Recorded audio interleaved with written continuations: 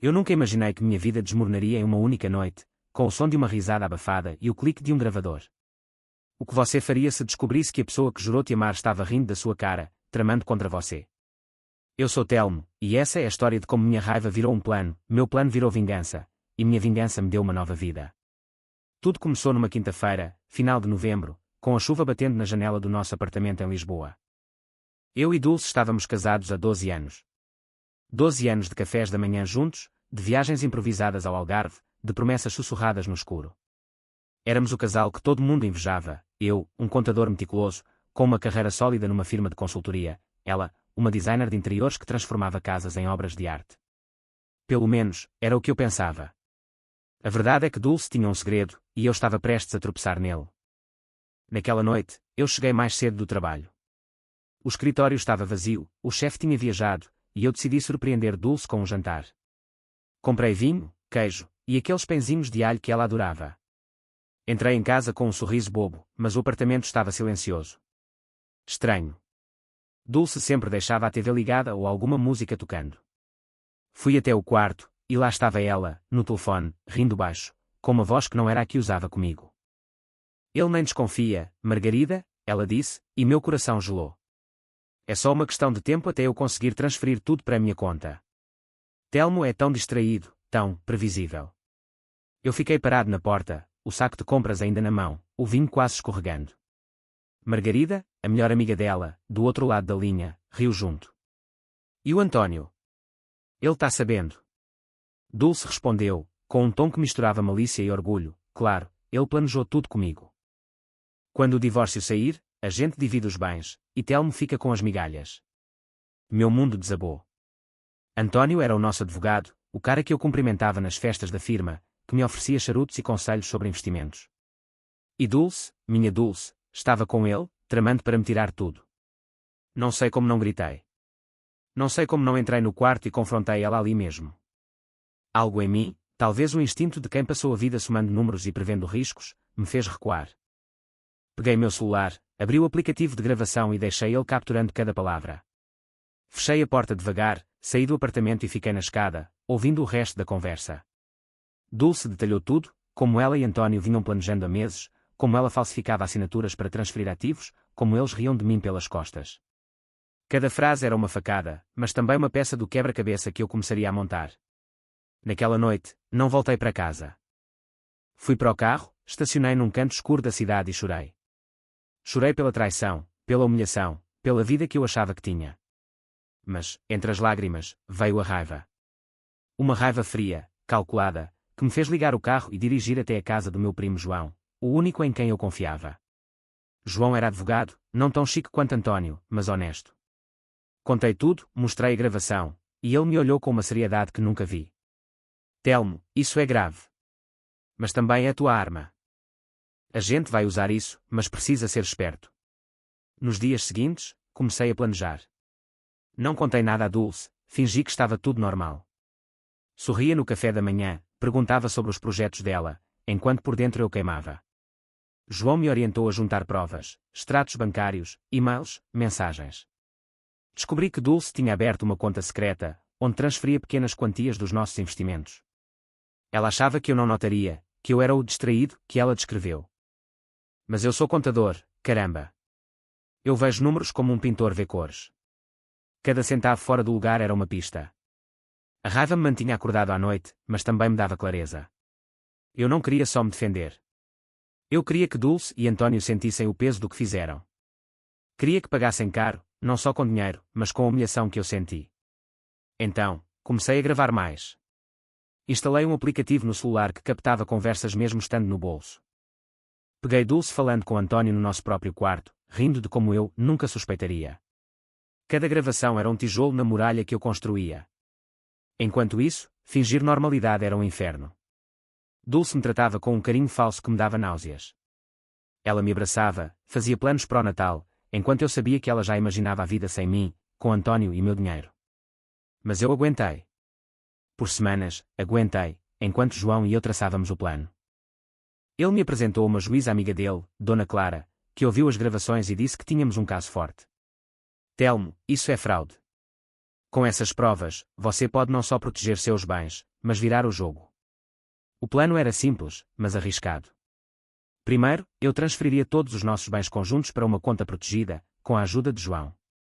Depois, confrontaria Dulce com as gravações, mas só na presença de testemunhas, para evitar que ela negasse tudo. Por fim, usaríamos as provas no tribunal para garantir que ela e António não ficassem com nada. Mas o que eu queria, mais do que dinheiro, era que eles sentissem o que eu senti, a traição, a perda, o vazio. Naquele momento, eu não sabia se meu plano daria certo. Não sabia se a vingança me salvaria ou me destruiria. Mas uma coisa era certa, eu não seria mais o distraído que Dulce achava que conhecia. Eu era Telmo, e eles estavam prestes a descobrir do que eu era capaz. Os dias seguintes foram como caminhar sobre brasas. Eu acordava com o coração acelerado, sentindo o peso da traição de Dulce, mas também uma determinação que nunca tive antes. Era como se a raiva tivesse acendido algo em mim, uma versão de Telmo que eu nem conhecia. Durante o dia, eu trabalhava na firma, revisando relatórios, sorrindo para os colegas, enquanto por dentro planejava cada passo. À noite, voltava para casa e encarava Dulce, mantendo a máscara de marido dedicado. Cada beijo dela era um veneno, mas eu engolia, porque sabia que o jogo estava só começando. João foi meu porto seguro. Ele me recebeu na casa dele em Almada, onde passei várias noites analisando documentos. Nossa estratégia era clara, proteger meus bens antes que Dulce e António percebessem que eu sabia de tudo. Primeiro, abri uma nova conta bancária, uma que Dulce não conhecia. Com a ajuda de João, transferi os investimentos que estavam em meu nome e metade dos conjuntos para essa conta. Era arriscado, mas legal, já que eu ainda era coproprietário. Cada transferência era um pequeno alívio, como se eu estivesse recuperando pedaços da minha vida. Enquanto isso, continuei coletando provas. As gravações no celular eram o meu trunfo, mas eu precisava de mais. Comecei a revisar os extratos bancários com um pente fino. Descobri que Dulce tinha feito transferências para uma conta no nome de uma empresa chamada Estilo Novo. O nome soava familiar, e depois de algumas pesquisas, confirmei, era uma fachada criada por António. A empresa não tinha atividade real, só existia para esconder o dinheiro que eles desviavam. Fiquei impressionado com a audácia, mas também com a burrice. Eles achavam que eu nunca perceberia. Contei tudo a João, que arregalou os olhos. Telmo, isso é ouro. Se a gente provar que essa empresa é uma fraude, António pode perder a licença de advogado. Aquilo me deu um frio na espinha. Não era só sobre recuperar meu dinheiro, era sobre destruir a vida que eles planejavam às minhas custas. Mas eu precisava de mais do que suposições. João sugeriu contratar um detetive particular, o Sr. Manuel, um homem grisalho que parecia saído de um filme noir. Manuel era discreto e eficiente. Em uma semana, ele trouxe fotos de Dulce e António juntos em cafés, hotéis, até numa joalheria onde ela comprou um relógio caro com o nosso dinheiro. As fotos doíam mais do que as gravações. Ver Dulce sorrindo para António, com aquele brilho nos olhos que um dia foi meu, era como levar um soco no estômago. Mas cada imagem alimentava minha determinação. Eu não queria só justiça, eu queria que eles sentissem a mesma dor que eu sentia. Então, comecei a planejar o confronto. João sugeriu fazer isso em público, com testemunhas, para que Dulce não pudesse manipular a situação. Decidimos que seria no jantar de fim de ano da firma, onde António também estaria. Enquanto o plano tomava forma, minha vida em casa era uma tortura. Dulce continuava agindo como se nada estivesse errado. Certa noite, ela chegou com um vestido novo, dizendo que era para o jantar da firma. Perguntei quanto custou, só para testar, e ela desconversou com um sorriso. Foi um presentinho para mim mesma, Telmo. Você não se importa, né? Eu sorri de volta, engolindo a raiva, sabendo que aquele vestido provavelmente veio da conta secreta dela. No trabalho, as coisas também não eram fáceis. Eu dividia o escritório com o Rui, um colega que sempre foi meu amigo, mas que começou a agir estranho. Ele evitava meus olhos, fazia comentários vagos sobre Dulce, como se soubesse de algo. Um dia, peguei ele olhando meu computador quando achei que estava sozinho. Rui, tá tudo bem? Perguntei, forçando um tom casual. Ele gaguejou, disse que só estava curioso sobre um relatório. Mas eu não acreditei. Rui sabia de algo, e eu precisava descobrir o quê. Conversei com João, e ele sugeriu que Rui poderia estar envolvido com António. Telmo, essa gente não joga sozinha. Se o António está metido nisso, ele pode ter aliados na firma. Aquela possibilidade me deixou paranoico. Eu trabalhava há 10 anos naquela empresa, construí minha carreira ali, e agora parecia que até meus colegas estavam contra mim. Decidi instalar um software de monitoramento no meu computador do trabalho, algo que João recomendou. Em poucos dias, descobri que Rui acessava meus arquivos fora do horário, enviando relatórios para um e-mail que, surpresa, pertencia a Estilo Novo. A traição do Rui foi um golpe baixo. Ele não era só um colega, era o cara com quem eu tomava cerveja depois do expediente, com quem dividi confidências. Mas agora ele era mais uma peça no tabuleiro de Dulce e António. Minha raiva crescia, mas também minha clareza. Eu não podia confiar em ninguém, exceto João e, talvez, Dona Clara, a juíza. Cada nova descoberta era um lembrete, eu precisava ser mais esperto que eles. O jantar da firma estava marcado para dali a 2 semanas. Seria o palco perfeito para o confronto. João e eu revisamos o plano, eu apresentaria as gravações na frente de todos, com Dona Clara presente como testemunha oficial.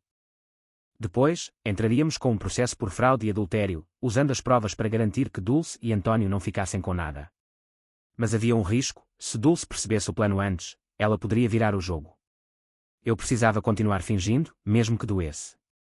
Naquela noite, deitado no sofá enquanto Dulce tomava banho, peguei o celular e ouvi uma das gravações. A voz dela, tão doce, tão cruel, ecoava: Telmo nunca vai saber. Ele confia em mim. Fechei os olhos, sentindo a raiva queimar. Ela estava errada. Eu sabia. E logo, ela descobriria que subestimar Telmo foi o maior erro da vida dela. As semanas antes do jantar da firma foram um teste de paciência. Cada dia era uma batalha para manter a fachada de marido ingênuo enquanto eu juntava as últimas peças do meu plano. Dulce continuava sua rotina, alheia ao fato de que eu sabia de tudo. Ela saía para reuniões de trabalho, que eu sabia serem encontros com António. Certa vez, voltou com um perfume novo, um cheiro que não combinava com ela, e eu sabia que era dele. Cada detalhe assim era como uma agulha no meu peito, mas também um lembrete do que estava em jogo. João e eu nos encontrávamos quase todas as noites. Ele revisava as gravações, os extratos, as fotos do detetive Manuel.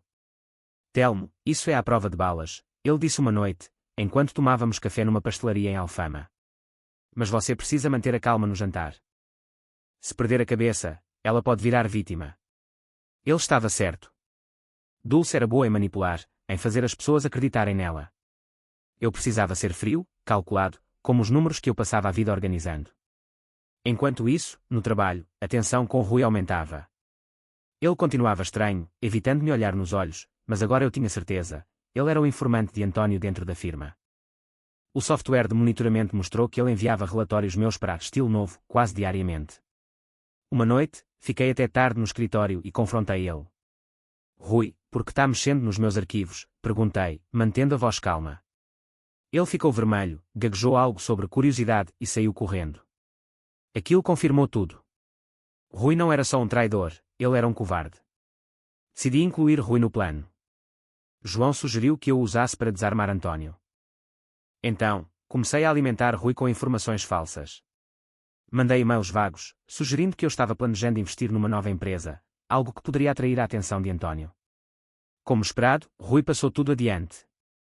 Eu sabia porque o software capturou as mensagens.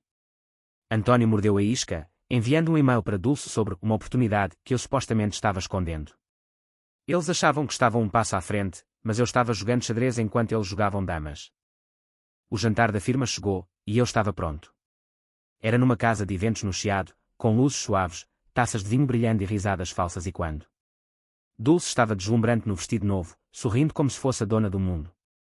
António estava lá, de terno impecável, apertando mãos e me cumprimentando com um sorriso que agora eu via como venenoso.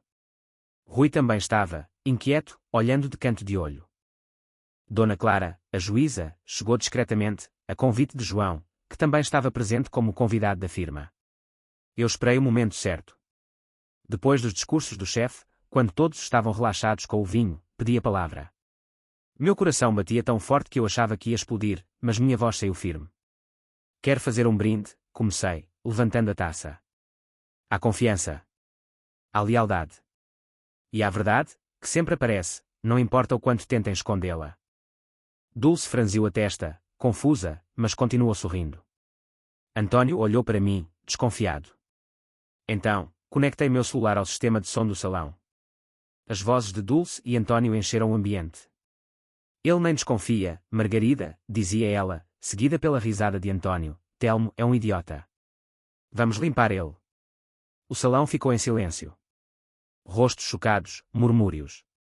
Dulce ficou pálida, a taça tremendo na mão. António tentou se levantar, mas João segurou pelo ombro. Senta, amigo. Isso é só o começo, disse João, com um tom que não admitia discussão. Eu continuei, agora olhando direto para Dulce. Você achou que eu não ia perceber? Que eu era tão cego assim? Essas gravações vão para o tribunal, junto com os extratos da Estilo Novo e as fotos de vocês dois. Vocês tentaram me destruir, mas eu sou mais esperto do que pensavam. O salão explodiu em cochichos. Dulce tentou falar, mas sua voz falhou. António, vermelho de raiva, gritou algo sobre difamação, mas Dona Clara se levantou. Como juíza, posso garantir que essas provas são suficientes para um processo de fraude. Sugiro que se preparem. Naquela noite, voltei para casa sozinho. Dulce ficou no evento, chorando, cercada por olhares de julgamento. Eu não senti pena. Senti alívio. O primeiro passo da minha vingança estava dado, mas o jogo ainda não tinha acabado. No tribunal, eu sabia, a batalha seria ainda mais dura. Os dias após o jantar foram um turbilhão. A notícia se espalhou como fogo. Telmo, o contador quieto, tinha desmascarado a esposa e o advogado numa jogada digna de filme. No trabalho, as pessoas me olhavam com uma mistura de pena e admiração. Rui pediu demissão 2 dias depois, sem me encarar. Eu não senti falta dele, minha energia estava focada no tribunal, onde João e Dona Clara preparavam o processo. Dulce voltou para casa naquela noite, mas o clima era insuportável. Ela tentou se explicar, chorando, dizendo que não era o que parecia, que ela só estava confusa. Mas eu já tinha ouvido demais nas gravações para acreditar. Dulce, você planejou me roubar. Me humilhar. Não tem volta, eu disse, com a voz firme, mas por dentro despedaçado.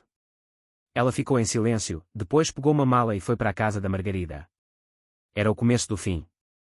O processo judicial foi rápido, graças às provas. João e Dona Clara apresentaram as gravações, os extratos da Estilo Novo e as fotos do detetive Manuel.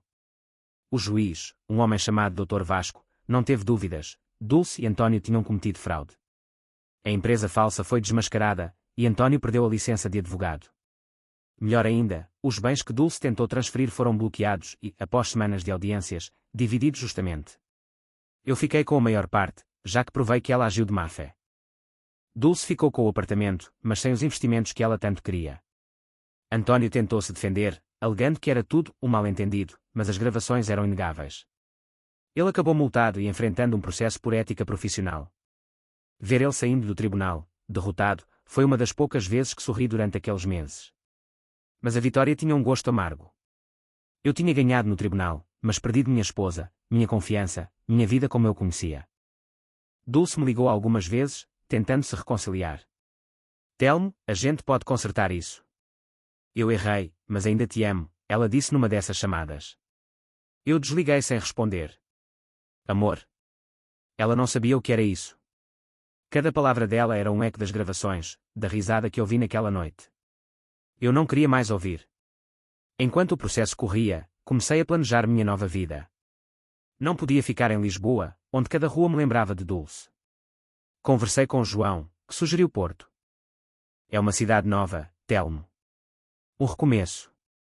E eu conheço uma firma lá que está precisando de um contador como você. A ideia me assustava, mas também me dava esperança. Eu precisava de algo novo, algo que fosse só meu. Decidi vender minha parte do apartamento para Dulce.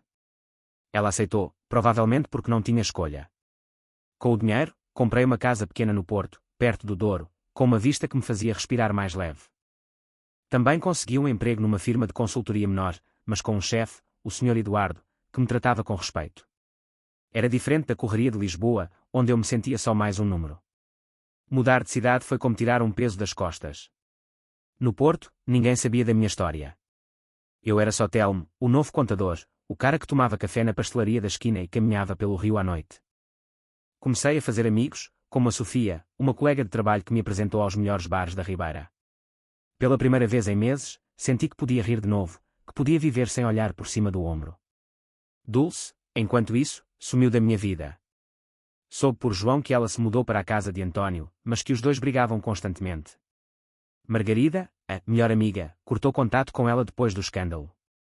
Eu não sentia pena, mas também não sentia alegria. Sentia nada.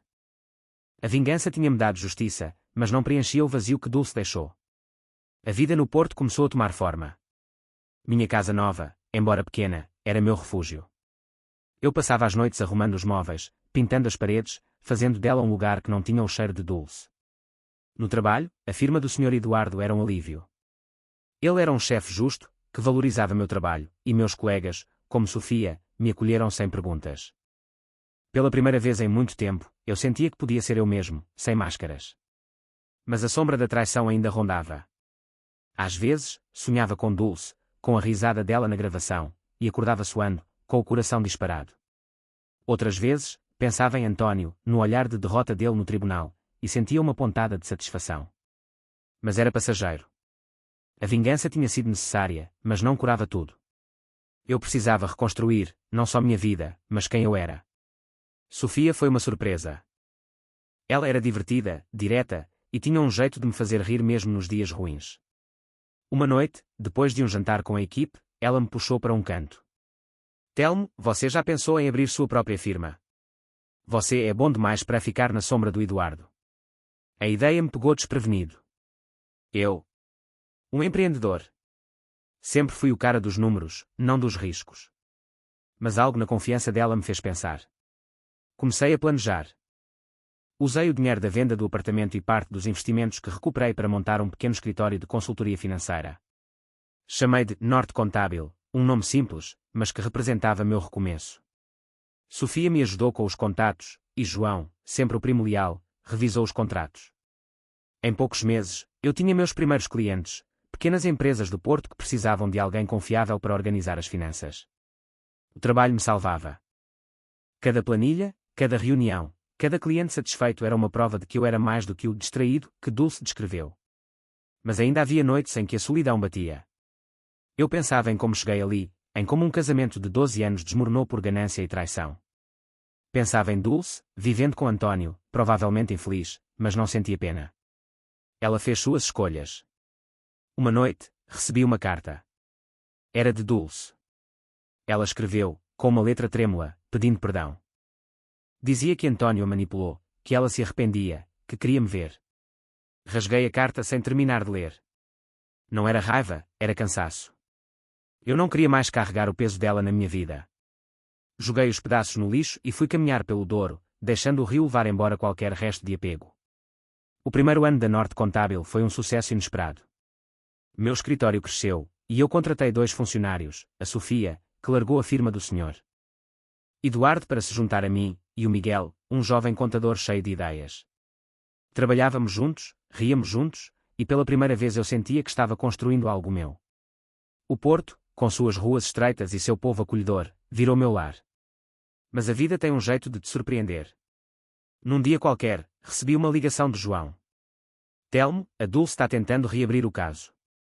Ela contratou um novo advogado, alegando que as gravações foram obtidas ilegalmente. Meu sangue gelou. Eu achei que estava livre, que a justiça tinha sido feita.